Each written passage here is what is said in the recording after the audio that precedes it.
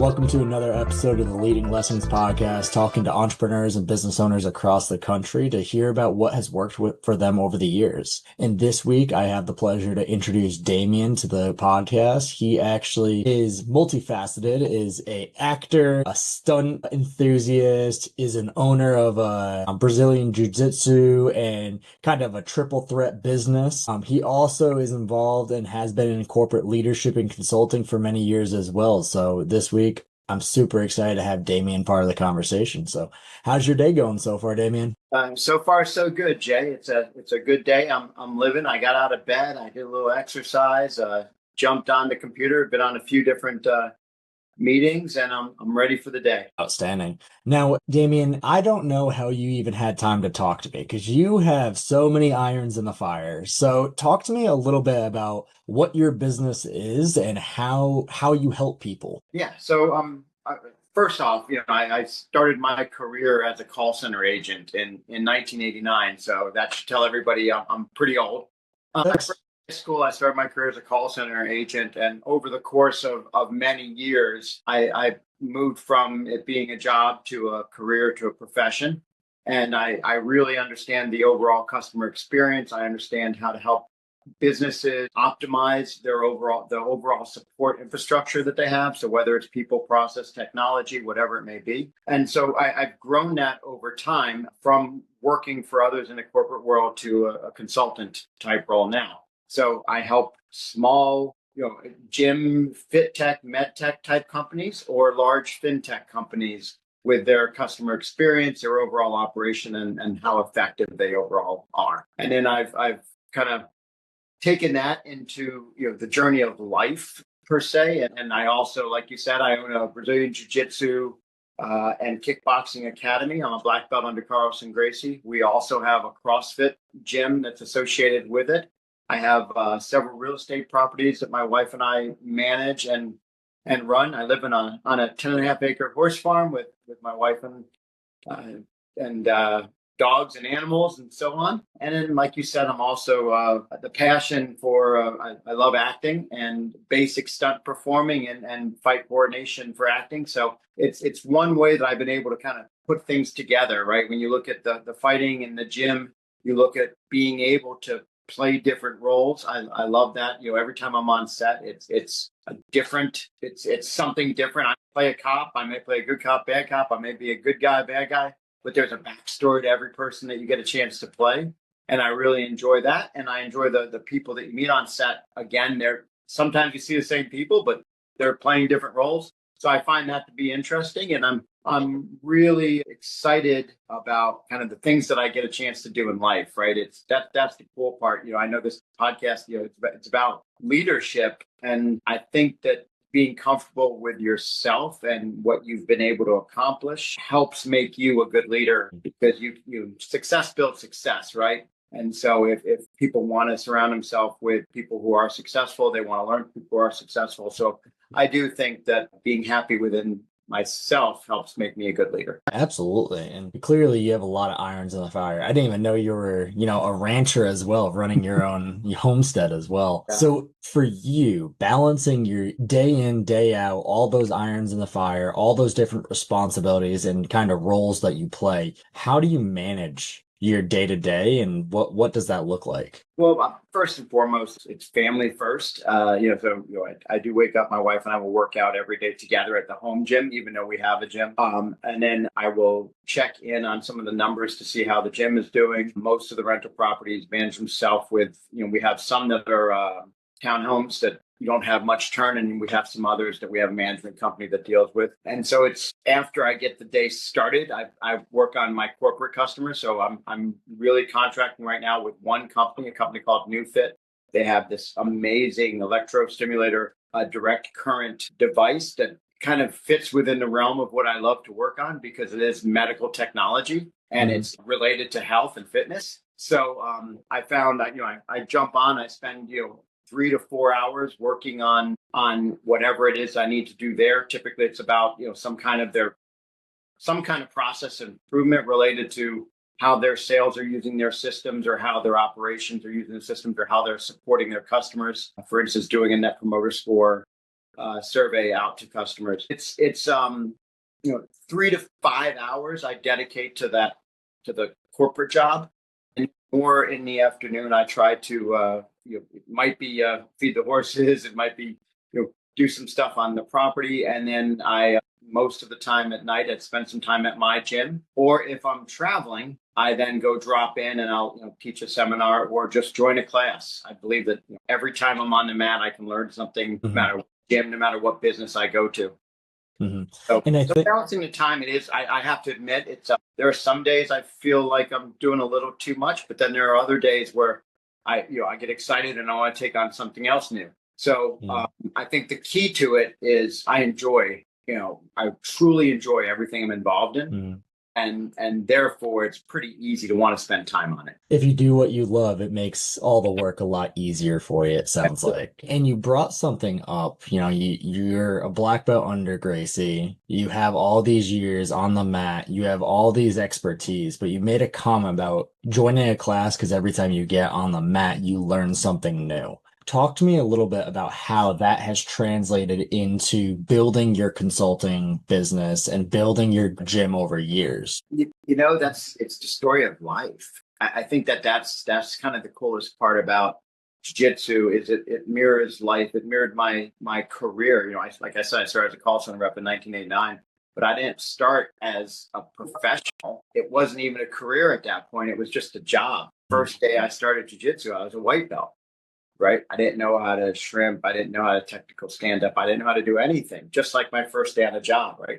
So you count on the leaders, whether it's in a gym, in the corporate world, even on set in a movie, right? You count on the experienced people who have been there, done that, to set some kind of stage for you, to guide you along the way. And it's up to us as learners, no matter how experienced we are, to comply and to kind of learn from who's ever teaching at that moment. When I go somewhere, it doesn't matter the level of black belt that may be teaching, or it may not even be a black belt. But when I'm on the mat and I'm watching what they're doing, it could be a hand placement, it could be a grip, it could be how they move their hips or whatever they're doing. I can still pick up something new because jiu-jitsu, just like life, is there's constantly different things happening, right? And I say I love what I do, but there are facets of everything that I do that can be difficult, and so you can make things less difficult by having more experience, training, practicing, learning, watching, and the more chance you get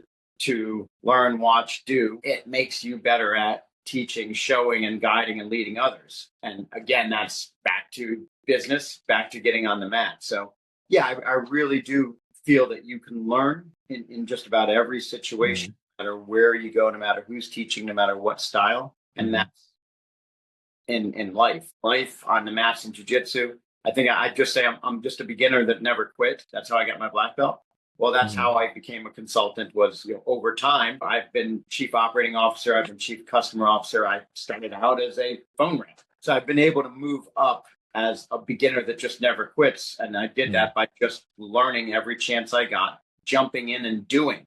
So I get asked the question all the time, even about the acting, is, how did you become an actor? Did you always want to be an actor? Well, I kind of thought I wanted to, it popped in my mind every once in a while, but how did I start? I just saw something on Facebook.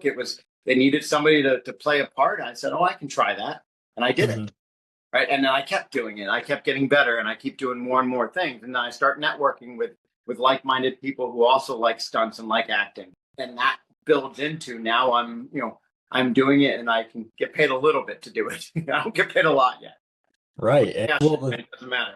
Yeah, it's the incremental wins, right? When you stack the wins, as a mentor once told me, it makes your days go a lot better. It makes every experience worthwhile for you. So success builds success. And when you stack the wins, like you just said, it's incredible, because they don't even always have to be big wins. They can be tiny little ones, and they can point you in a direction that's lateral. It doesn't even have to be up, but you can just learn more about something. You could learn something new versus becoming an expert. And the more little things you learn, eventually you become an expert. I say it all the time, the white belt to the black belt, the job to a career, to a profession. they're all different things. In acting, I started as doing background, and I still do background sometimes. And during that time, I learned lingo. I met people who were making films, and every time I'm on set as a background, I see uh, the different terms they're saying, the different language, the different things, how they're Hmm. speaking, what they're doing, what the cameraman is looking for. And then I started doing more date player roles. Hmm. And from there, I started doing some supporting roles, and I added some stunts and kickboxing, stunts fighting into the scenes. And then I said, oh, well, I could help coordinate a fight because I know how to fight. And do you want a 2-on-1? You want 4-on-1? Is it somebody who's experienced? Or are they not experienced? And so every one of those kind of opportunities led to another opportunity. So Hmm. I tend to think of, I'm going to go to LA and film something in 2 days, actually. Somebody asked me about it, and I said, oh, it's just a day player role. It's just, just filming for one day. But while I'm there, I'm going to go to 87 North Action, and I'm going to train some stunts with a buddy of mine, Hugh, and a few other jiu-jitsu guys. So we're going to do Hmm. jiu-jitsu. We're going to do some stunts, and then we get to film a movie. That's how cool is that, right? Right. But what's the part about that that's neat is I am 100% sure that somewhere along this journey of the next 3 to 4 days, it will lead me to whatever the next thing is that I'm going to do. So by going to the stunt training at A7 North, I'm probably going to earn the right to have another cool adventure 3 months down the road. So I love your perspective with that because some people would say the travel is, everyone loves to travel, right? But when it's for work, it's not so luxurious, it's not so fun. But you're looking at it more from like an experience standpoint, where you're like, I get to do something cool, which is going to lead me to do something cooler. it really is. And that is how it works. And it's funny because back to like the work side of things, when I used to travel, like every young, call it manager, when it became a team lead, became a manager, and I got to travel, I'd go out drinking all the time and then feel like crap the next day. And whoever, whatever city I was at and whoever I was going out drinking with, they felt like crap the next day, and their families hated when I would come to town because we all go out and drink, and everybody was kind of not happy the next day. Now, when I travel, I kind of say, you know what? Unless you want to go out, let's not. You stay home, be with your family. We spent the whole day together working. I'm going to go ahead and go train Hmm. somewhere. And then they don't have to go out partying. I'm not partying. I'm taking care of my body, my health, everything, and everybody's a lot happier. So you think of Hmm. lessons learned. As a younger leader, I'd go out and party all the time, and I dialed that back and started taking care of my body, which also helped me the next day when I was in the office and we had to be professionals. And I can't remember where I read this, and maybe it's just something I've observed, but typically the best leaders and the highest producers are the ones that prioritize their health. Can you talk a little bit about how that has led to you being able to be a top producer and top contributor where you've been? Yeah, I totally agree with you. I think that by being healthier, by being fit, well, first of all, I look at some of the people I've worked with over the last 30, 35 years, and some of them have not aged gracefully, right? And you could say, well, some of it's not their fault, but some of it is because they choose to go out and drink every time they travel. They choose to not find a way to eat somewhat healthy when they're traveling. I have prioritized, making sure I get up, 6 out of 7 days a week and find a way to do something good for my body. It doesn't always have to be balls to the wall. It doesn't always have to be a CrossFit style workout. And when I'm doing jujitsu, it doesn't always have to be rolling hard. A lot of times it's stretching or movements or techniques or flowing with somebody or just going into the office and spending 40 minutes on just some weightlifting movements just to help my body feel good. So it's not always a stressful workout. That's what I would tell young leaders now is don't get so involved in your work that you forget to take care of yourself. And Mhm. I will say that I do think that the more successful leaders are those that have prioritized their own continued learning and their own health and fitness. And if you think about it, when somebody walks in the room, right, you have just a little bit more respect for somebody that respects themselves. I've heard Dan Martell say that. Heard a lot of people say exactly that statement, which is you carry a different type of swagger and a different type of respect when you prioritize your health and your body because it's a status symbol. People are gonna follow people that they want to emulate and be like, and everybody wants to be that fit individual, want to be able to do more with their body, right? Yeah. Yeah, so it's funny story.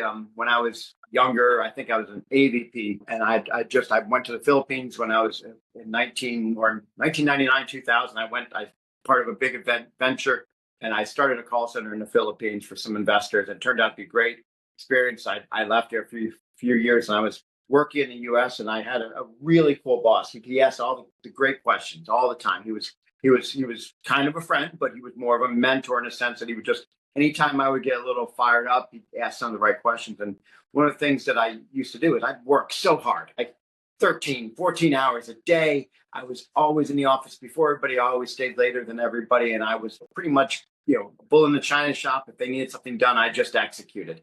Hmm. Um, and my boss said something. He asked me a question. I'm like, I can't get them to do this. I can't get, I was kind of frustrated because I couldn't get people to do stuff. And he'd say, well, turn around. Like, who's following you? And I had to think about it. I'm like, well, doesn't feel like anybody is. And he's like, who wants your job? I thought about it more. I'm like, well, doesn't feel like anybody wants my job. What is wrong with them? Hmm. And then he looked at me and said, Damien, you work 13 hours a day. You're killing yourself. You're always doing this. You make mistakes because you're trying to execute, trying to run over everybody. You're trying to do too much. He said, look at you. Nobody wants your job. You're Hmm. working too hard. And then it was that guidance that actually taught me to slow down, think about really what I wanted to accomplish, not just as a long-term goal of being the president or being the CEO, but what's the short-term win that I want to get out of this week? Hmm. What do I want to get out of next week? What do I want to get out of the week after? And kind of having some of these short-term goals and being a little bit more making it look effortless. And so the way you make something look effortless is to really prepare in advance for it. That way, when it happens, it's no big deal, right? It's easier. And so to the point there of success builds success. I was working so hard, and I thought I was, getting to where I needed to go, but nobody was following because they didn't want to be me. They didn't Hmm. want to have to work that hard. They didn't want to have to deal with all the stuff I was dealing with. They didn't want to look all frustrated. So when I changed that mindset and I, again, started focusing more on fitness, started focusing on doing the things I love doing, I slowed down a little bit. And then I realized, hey, now people do want my job. Now people do want to do what I'm doing because they're respecting it and success builds success. And so they want to surround themselves with a leader that's going to be successful. They want to be on a winning team. Absolutely. Change that mindset to get there. Yeah, I mean, when people look at someone and say that I want what they're serving, not only from a leadership standpoint, but I want the life that they have. Nobody wants to feel like they have to sacrifice their happiness to be able to get ahead. Some people do it, but a lot of people don't ultimately want to do that long term. They want to be able to spend time with their family. They want to be able to do the things in life that they want to work to live, not live to work. And for a lot of people, they don't recognize that by prioritizing what they want right now and being present and what they can get out of the current moment, it's going to help them get to where they want to be long term. Yeah. Because if all you're focusing on the future, you're going to fumble the ball in the present. Yep. And it's funny because people ask me all the time now about acting. Like, oh, you want to be a big star? I'm like, no, I just want to earn the right to do the next thing. Mm. And if something big comes out of it, well, that's great. If Mhm. not, I've had a damn fun time getting here. Right. Now, I meet and speak with a lot of people that are currently in a traditional role and like a traditional job. And their goal is ultimately to take the experience and expertise that they've acquired over the past 10, 15 years and transition into a consultant type business or being able to provide a service to the businesses that they've been part of in the past. What would you suggest from a navigation standpoint to be able to go from employee to now entrepreneur, business owner, solopreneur? Yep. So what I would suggest first of all is find a startup company that is in a niche or a type of uh, product that you really enjoy. That's a passion. For instance, like I said, I went to the Philippines in 2000. I was really good at outsourcing. So one of my first consulting jobs, I was with a company that went public, and I had a positive exit. And during that exit, I had a 2-year non-compete. So while I had that non-compete, I basically got involved with companies that were doing outsourcing and helping companies become more efficient. And so I dabbled a little bit in helping them while I had the non compete. The non compete was up. I went back to my corporate job. Now, over the last 6 years, what I've done is not only have I dabbled in stuff I thought I was good at, now I'm dabbling in stuff that really is a passion. So, at first I thought, oh, I want to flip houses. I want to do stuff in real estate. So what I first did is something small. So I guess to answer the question, first of all, the word dabble I'm using, I don't jump kind of feet first and dive in. What I do is while I'm doing my corporate job, and while I was doing my corporate job, what I would do is start to focus on just a small bite of what I think it is that I would enjoy doing. So real estate was one of them. So I bought a $45,000 small house. I thought I was going to fix up and flip it. Instead, we ended up renting it out. And I said, you know what? I like renting. So we have 12 properties that we rent out. Same with the consulting. I started consulting in something that I felt very confident in. And then the next thing I did is I was at a jiu-jitsu competition in Vegas, and I saw a gym management software product. It's pretty small. It was like 4 guys that were kind of part of the company. And I said, hey guys, how can I help? Do you have an advisory thing? Do you need any help? I'm a gym owner and I'm a corporate leader. And so I started dabbling, helping them, 1 to 2 hours a week, basically on the product and what do gyms need. And ultimately, became a tiny owner of that company. And then we just sold to MMA.Inc. So the point there, to some extent, that the experience that I would share is you don't necessarily have to dive in. It could be dabbling. It could be a side gig, and you may not like it. And so you may cross that off your list and say, you know what? I tried it. I don't want to do it. I'm going to move on to the next thing. Now, ultimately, you want your side gig to be something that eventually can provide for you and your family.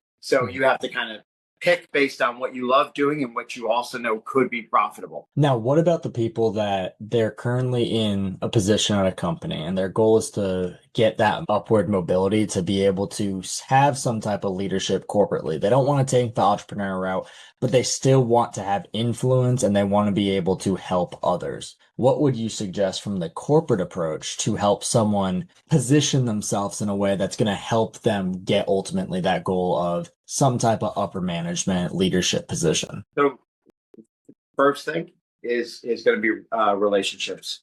I can tell you that in my career I've been through multiple companies, and I've been there for 4 to 6 years at a time. My first job I was at for 12 years. Everything else has been 4 to 6 years, even 2 years, and just about every single position. And I say just about, but every single corporate position I ever had came from a relationship related to somebody I worked with in the past or that knew somebody I worked with in the past. So as you start off in a company, no matter the size of that company, chances are it's growing. You're learning alongside other people, peers, and you have bosses. Some of those bosses, peers, leave and go to other companies. And if you have a good relationship with them, chances are you're going to be one of the names that get called upon to move up, to join them in this new startup or in another organization. And if you're not, well, you might actually be called upon by the people who are still within your organization to move up. So first and foremost, I'd say find the relationships that are kind of going to be everlasting, in the sense that they're win-win for both of you. You don't have to. I'm not saying go out to dinner every night, go drink every night with them, but just have a relationship that's mutually beneficial with lots of people in your organization and in peer organizations. So competitors, know who they are. Know who's rising, know what's good about the competitor, know what's bad about the competitor. And you just never know when an opportunity is going to pop up where a relationship will be the one that gets you to that opportunity. The other part is lateral moves. I don't think, and this might be hard for some of the younger generation, it doesn't happen overnight. You don't go from white to black overnight. You don't go from job to profession overnight.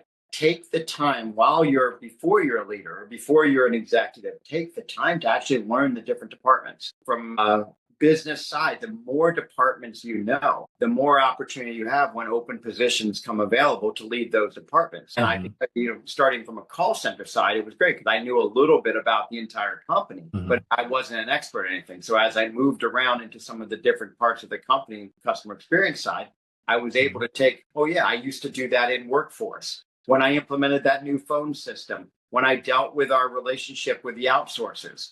So I was able to call upon previous experience when I was being asked to step up. So first is relationships. Second is the lateral movement and knowledge, learning as much as you can behind the scenes before you actually have to use it for your new job. And I think that's critical. I mean, knowledge is power, and it lets you be more intentional and more tactical in the role that you currently have when you have knowledge of how the other gears are moving as well. If you understand that a decision in Department A is going to impact downstream to Department D, you can take that into consideration when you're making that decision. That's going to make that process with more frictionless. It's going to be easier for everybody, which they're going to appreciate. They're going to remember that, and they're going to help you along the way to get ultimately what they need, but also what you want. Yeah, in business, it really is a win-win, right? It's what can you do for me? What can I do for you? And so you have that no matter whether it's your boss, whether it's future bosses, whether it's people left to go to another company.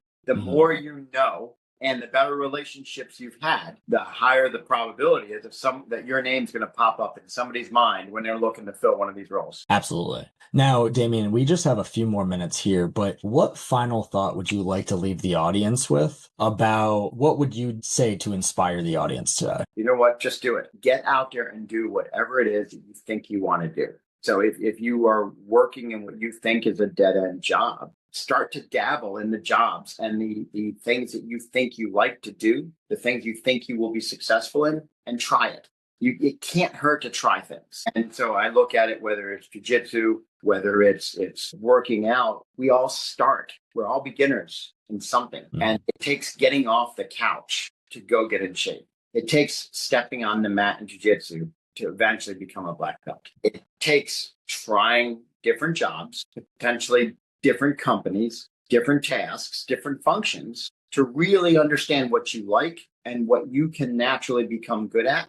And it takes learning from others along the way to get there. But you can't do that from sitting on your couch. You can't do that from saying, I wish I could do that, or I want to do that. The only place you can do that is by physically doing it. That's kind of my word would just say, don't be scared to try stuff. Get out there and do it. Don't wish. And once you get out there and do it, just understand we were all beginners once. And so when you get out there and you do something that you're not used to doing, expect to not be good at it. Be okay with not being good at it. Be okay with making mistakes because that's how you're going to learn. And the more mistakes you make, the more you learn from different people, different job functions, the better you're going to be later. And so right now, whatever it is, however young you are, and you're thinking, oh, I wish I could do that. I wish I could be an actor. I wish I could consult. I wish I could do stunts, whatever it may be. I wish I could be a jiu-jitsu black belt. You simply get on the mat and start. You simply start doing it, dabble with it, play with it, see if it's something you like, and then you start to focus on it, spend more time on it gradually as you realize it truly is something you want to do. That's awesome. Thank you for that. Now, Damien, if someone had wanted to follow what your next big experience is going to be, your next journey, what's the best way for you or for somebody to follow along and kind of see what you're up to? Yeah, so I'd say Instagram right now. So there's two ways. Instagram, Damian, Damian, Tanenbaum, Tanenbaum, or LinkedIn, which again, same spelling, Damian Tanenbaum. So LinkedIn, I have more of my corporate stuff that I'm doing. And then Instagram has all the acting and the jiu-jitsu and stunt stuff that's going on. Well, Damien, I just want to say thank you so much for being part of the podcast. I love seeing all the irons in the fire and kind of how you utilize them on a daily basis. So I just want to say thank you for being part of the conversation. Appreciate it. Thank you. And audience, thank you so much for tuning in to another episode. New episodes posted every Tuesday on YouTube and all social media platforms at Leading Lessons Podcast. Until next time, have a great day.